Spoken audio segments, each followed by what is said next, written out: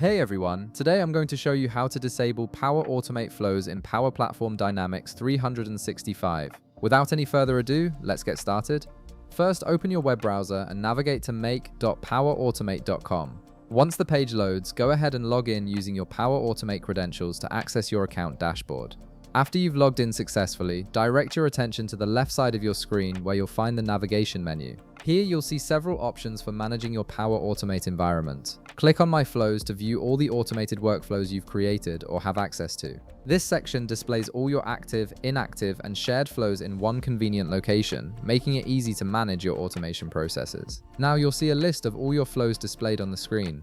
Browse through this list and locate the specific flow you want to disable. Once you've found it, click directly on the flow name to open its detailed view. This takes you to the flow's main management page where you can edit, monitor, and control the flow's operational status. On the flow's main page, look at the top section of the screen where you'll find several action buttons. Among these options, you'll see a button labeled Turn Off. Go ahead and click on this button to disable your flow.